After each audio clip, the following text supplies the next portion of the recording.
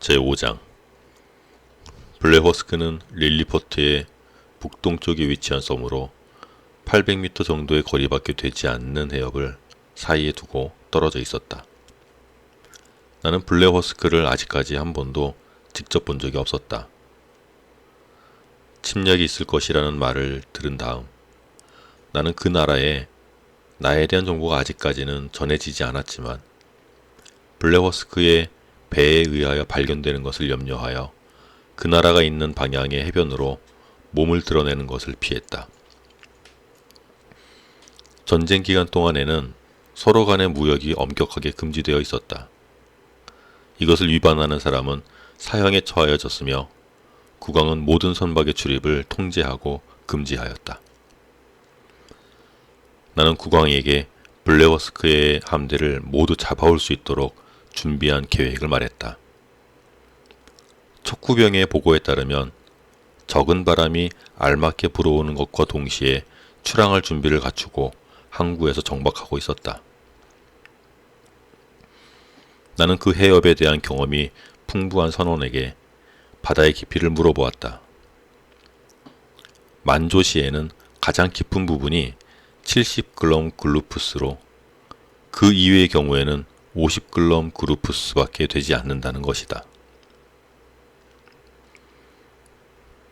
70글럼 글루푸스는 유럽의 측정 단위로는 1m 80cm가량 된다.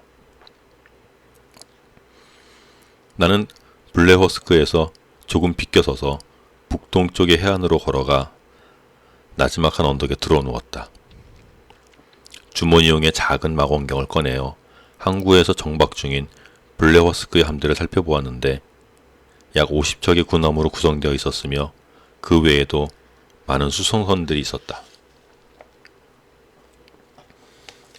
집으로 돌아온 나는 탄탄한 쇠로 만든 밧줄과 막대를 갖다 달라고 주문했다. 3개의 밧줄을 한 묶음으로 꼬아서 보다 강력하게 만들었다. 쇠로 만든 막대도 같은 방법으로 한데 모아서 끝을 비틀어 갈고리 모양으로 만들었다. 이렇게 만든 50개의 갈고리에 50개의 쇠줄을 묶어서 다시 북동쪽의 해안으로 떠났다. 외투와 신발 그리고 양말을 벗은 다음 만조가 되기 30분 전에 가죽조끼의 차림으로 바다에 들어갔다. 서둘러 걷기 시작한 나는 건너편의 땅에 다시 닿을 때까지 20m 정도의 깊은 곳은 헤엄쳐서 건넜다. 채 30분이 지나기 전에 나는 블레호스크의 항구에 도착할 수 있었다. 갑자기 나타난 나를 본 적들은 무척이나 놀라서 배에서 뛰어내린 후 헤엄쳐서 기슭으로 도망갔다. 기슭에는 3만 명 이상의 적군이 있었다. 밧줄을 꺼내든 나는 밧줄의 끝에 달려있는 갈고리를 배에 건 다음 한 곳으로 묶었다. 그동안 적들이 쏘기 시작한 수천 개의 화살이 얼굴과 손으로 날아와 박혔다. 따끔따끔한 것은 말할 것도 없었으며 내가 일을 하는 데에도 많은 장애가 되었다. 제일 걱정이 되었던 것은 눈이었다. 그 당시 재빨리 보호를 하지 않았더라면 틀림없이 눈을 잃었을 것이다. 나는 안경을 주머니에서 꺼내어 썼다. 그런 다음에는 적들이 아무리 빗발 같은 화살을 쏘더라도 대담하게 일을 계속할 수 있었다. 여러 개의 화살이 안경에 와 부딪혀서 약간 흔들렸으나 별다른 일은 일어나지 않았다. 마침내 정박해 있는 배에다가 갈고리를 모두 걸 수 있었다. 그리고 나서 한 곳으로 묶은 밧줄을 들고 끌어가기 시작했다. 그러나 배가 아주 단단하게 닻으로 고정되어 있었기에 한 척도 움직이지 않았다. 나는 밧줄을 놓았다. 갈고리는 배에다가 묶은 그대로 있었다. 나는 대담하게도 칼을 꺼내 들고 닻으로 고정되어 있는 줄을 끊기 시작하였다. 그동안에도 얼굴과 손에 200개의 화살이 날아와 박혔다. 이를 모두 마친 다음 나는 갈고리로 연결된 줄을 잡고서 적의 거대한 군함 50척을 쉽게 끌고 올 수 있었다. 나의 행동에 대하여 생각조차 할 수 없었던 블레워스크 사람들은 너무나 놀라서 어리둥절하였다. 그들은 내가 닻을 끊는 것을 보고 배들을 제멋대로 흘려보내거나 부딪혀서 부숴버릴 거라고 생각하였다. 그러나 모든 배들을 끌어가고 있는 것을 보자 그들은 말로 표현할 수 없는 슬픔과 절망에 빠져 소리를 질러대었다. 위험에서 벗어나자 나는 잠시 동안 걸음을 멈추고 얼굴과 손에 박힌 화살을 뽑은 다음 고약을 발랐다. 그런 다음에는 안경을 벗고 만조의 물이 조금 빠질 때까지 1시간 정도를 기다렸다가 배를 끌고 릴리포트의 항구에 안전하게 도착하였다. 국왕과 신하들은 거창한 모험의 결과를 알기 위하여 해변에서 기다리고 있었다. 그들은 배들이 마치 반달과 같은 모양으로 움직이는 것을 보았다. 그러나 아직까지 물속에 들어있는 나를 발견할 수는 없었다. 해협의 중심부에 이르렀을 때에는 바닷물이 목까지 차올라서 그들을 걱정에 사로잡히도록 만들었다.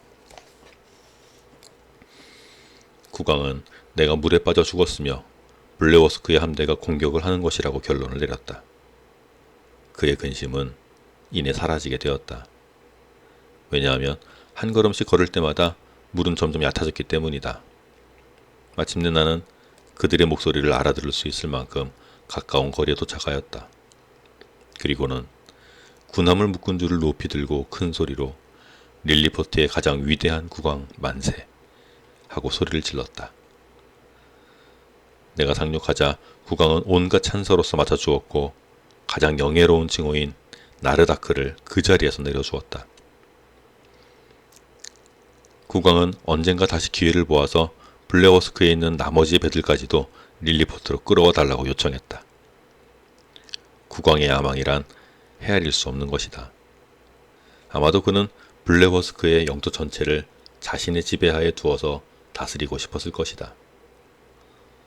그래서 지금 망명을 가 있는 계란의 넓은 방향 끝부분을 깨어 먹어야 한다고 주장하는 사람들을 모두 처치하고 그곳에서 살고 있는 사람들에게도 계란의 좁은 방향 끝부분을 깨뜨리도록 강요하며 이 세상에서 가장 위대한 국왕으로 남을 수 있기를 바라는 것 같았다. 그러나 나는 정치에 대한 문제로 일어나는 많은 분쟁을 일깨워 줌으로써 국왕의 마음을 돌리려고 했었다. 또한 자유롭고 용감한 국민들을 노예로 만드는 것을 도울 수는 없다고 솔직히 고백하였다. 대신 회의에서 이 일을 논의하고 있을 때 현명한 사람들은 나의 의견에 동의를 하였다. 공개적이고 대담한 나의 발언은 국왕의 계획이나 정책과는 아주 상반되는 것이었기 때문에 그는 나를 절대로 용서할 수 없었다. 그는 회의를 하는 도중에 교묘한 방법으로 여기에 대하여 이야기를 하였다. 나중에 듣게 된 이야기지만 대신들 가운데 현명한 사람들은 침묵을 지킴으로써 나의 의견에 공감을 표시하였다는 것이다. 그러나 나에 대하여 나쁜 감정을 가지고 있던 사람들은 간접적으로 나를 비난하는 이야기들을 하였다. 그때부터 나에게 악의를 품고 있던 대신들과 국왕 사이에는 음모가 진행되었다. 2개월도 채 지나지 않아서 음모는 시작되어 나의 목숨을 영영 빼앗아갈 뻔하였다. 그들의 감정을 상하게 함으로써 나의 전공도 별반 가치가 없는 것으로 인정되고 말았다. 내가 공을 세운 지 3주일 정도 뒤에 블레워스크에서 파견된 근엄한 사절단이 도착하여 평화를 요청하였다. 조약은 릴리포트의 국왕에게 아주 유리한 조건으로 성립되었다. 여기에 대하여 자세하게 이야기를 함으로써 독자들을 괴롭히고 싶진 않다. 사절단은 500여 명의 수행원들을 거느린 6명의 대사로 구성되어 있었다. 그들의 행렬은 블레워스크를 다스리는 국왕의 위엄과 사안의 중요성을 염두에 둔 만큼 굉장한 것이었다. 조약이 진행되는 동안 나는 그들을 도와주었다. 조약이 정식으로 체결되자 내가 얼마나 많은 도움이 되었는가를 알게 된 대사들이 공식적으로 나를 방문하였다. 나의 용기와 관대함에 대하여 찬사를 보내는 것으로서 말을 시작한 그들은 블레버스크 국왕의 이름으로 나를 초청하였다. 그리고 나의 엄청난 힘을 자기들에게 보여달라고 하였다. 나는 그들의 요청을 들어주었지만 거기에 대하여 많은 설명을 해서 독자들을 힘들게 만들고 싶진 않다. 블레버스크에서 파견된 대사들을 충분히 만족시키고 나서 나는 그들의 국왕에게 경의를 표할 수 있는 영광을 베풀어 달라고 요청하였다. 그들의 국왕이 쌓았던 두터운 덕이 벌써 세상에 널리 알려져 있기에 영국으로 돌아가기 이전에 블레버스크의 국왕을 만나볼 기회를 얻었으면 좋겠다고 말했던 것이다. 다음번에 릴리포트의 국왕을 만날 경우에는 나에게도 블레버스크의 국왕을 만나볼 수 있는 허가를 내려달라고 부탁하였다. 그는 아주 냉담한 표정으로 승낙하였다. 그러나 그렇게 냉담하였던 이유를 알 수는 없었다. 나중에 어떤 사람이 은밀하게 알려주기를 내가 대사들과 만나는 것이 국왕에 대한 아주 강력한 불만의 표시라고 플리넵과 볼골람이 비난하였다는 것이다. 여기에 대하여 나는 어떠한 경우라도 결백하다. 좌우지간 이 사건 이후로 나는 궁중과 대신들에 대하여 조금씩 의심하기 시작하였다. 블레버스크의 대사들과 내가 이야기를 할 때 통역이 필요하였다는 사실을 잊어버려서는 안 된다. 릴리포트와 블레버스크의 언어는 유럽의 나라들처럼 서로 달랐으며 이들은 서로가 자기 나라의 말이 훨씬 오래된 전통과 아름다움 그리고 힘을 가지고 있다고 자랑하였다. 그러면서 서로가 다른 나라의 말을 얕보고 있었다. 그러나 블레버스크의 함대를 모두 끌고 옴으로써 우위를 지키고 있던 릴리포트의 국왕은 대사들의 신임장이나 언어를 모두 릴리포트의 글과 언어로 하도록 명령하였다. 하지만 릴리포트와 블레버스크 사이의 잦은 무역과 계속적인 망명, 그리고 서로가 다른 나라의 젊은 귀족이나 부유한 호족들을 파견하여 물정을 익히고 풍습을 이해하는 데 도움이 되도록 하였던 관습 때문에 해변가에 사는 사람들 가운데 두 나라의 말을 모두 다 잘 구사하지 못하는 사람이 거의 없다는 사실도 이야기해야 하겠다. 이 사실은 몇 주일 후에 내가 블레버스크의 국왕에게 경의를 표하러 갔을 때에도 알 수 있었다. 나의 방문은 릴리포트에 있는 정적들의 방해로 인하여 아주 어렵게 진행되었지만 결국엔 아주 행복한 모험이 되었다.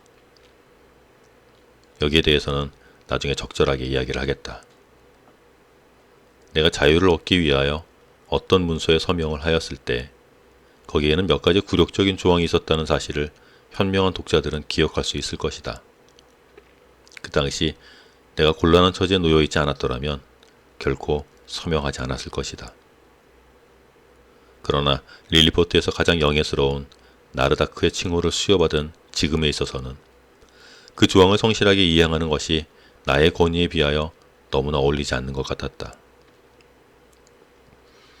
여기에 대해서는 한 번이라도 국왕이 나에게 언급한 적이 없었다. 그러나 얼마 지나지 않아서 나는 국왕에게 봉사할 훌륭한 기회를 맞이할 수 있었다.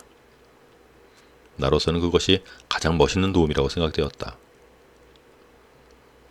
어느 날 밤 나는 수백 명의 사람들이 문 앞에서 커다랗게 소리 지르는 바람에 잠에서 깨어났다. 갑자기 일어난 나에게 까닭 모를 두려움이 엄습해왔다. 나는 버글럼이라는 말이 자꾸만 되풀이하여 들려오는 것을 알게 되었다. 국왕의 시종 몇 사람이 사람들 사이를 헤치고 다가와 궁전으로 급하게 와달라고 간청하였다.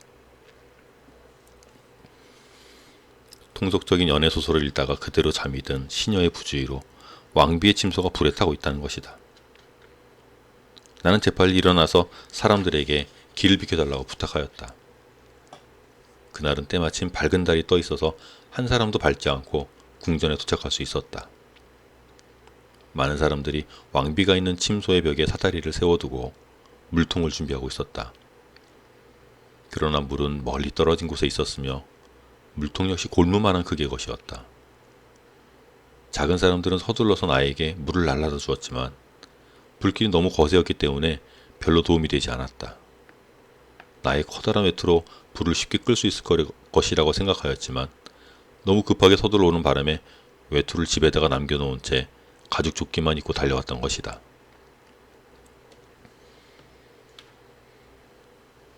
이제는 불을 끈다는 것이 절망적인 것으로 보였다. 그렇게 쉽지 않은 일이었지만 만일 나에게 응급조치가 생각나지 않았더라면 이 훌륭한 궁전은 틀림없이 몽땅 타버려서 잿더미가 되었을 것이다. 어제 저녁 나는 글리미 그림, 블레워스크 사람들은 이것을 훌루네라고 부르고 있지만 릴리포트에서 만들어진 것이 훨씬 좋은 것이라고 알려져 있다. 글리미 그림이라고 불리는 포도주를 잔뜩 마셨는데 그것은 소변을 자주 보도록 만드는 것이었다. 다행스럽게도 나는 아직 소변을 보지 않았었다. 불길 가까이 다가선 나는 곧 소변을 보기 시작하였다. 불은 나의 오줌에 의하여 3분 만에 완전히 꺼지게 되었다. 완성되기까지 오랜 시간이 걸렸을 궁전의 나머지 부분은 화재로 인한 위험으로부터 안전하게 보존되었다.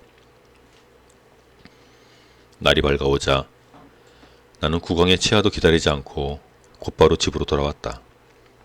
비록 대단한 공로를 세우긴 하였지만 국왕이 불을 끈 방법에 대하여 무엇라고 생각할지 몰랐기 때문이다. 릴리포트의 법에는 지위의 높고 낮음을 막론하고 궁전 부근에서 소변을 보는 자는 사형에 처하기로 되어 있었다. 그러나 나의 죄를 용서하여 줄 것을 대법원에 요청했다는 국왕의 전가를 받고 약간 안심이 되었다. 하지만 결국 나는 면제를 받지 못하였다. 나중에 들린 말로는 내가 불을 끈 행위에 대하여 혐오감을 느낀 왕비가 반대편에 있는 궁전으로 이사를 갔으며 그 건물을 다시 사용하기 위하여 보수를 해서는 안 된다고 결정을 내렸다는 것이다. 또한 왕비는 친근한 사람들이 있는 곳에서 무례한 행동을 한 나에게 반드시 복수를 하겠다는 말을 되풀이하였다는 것이다.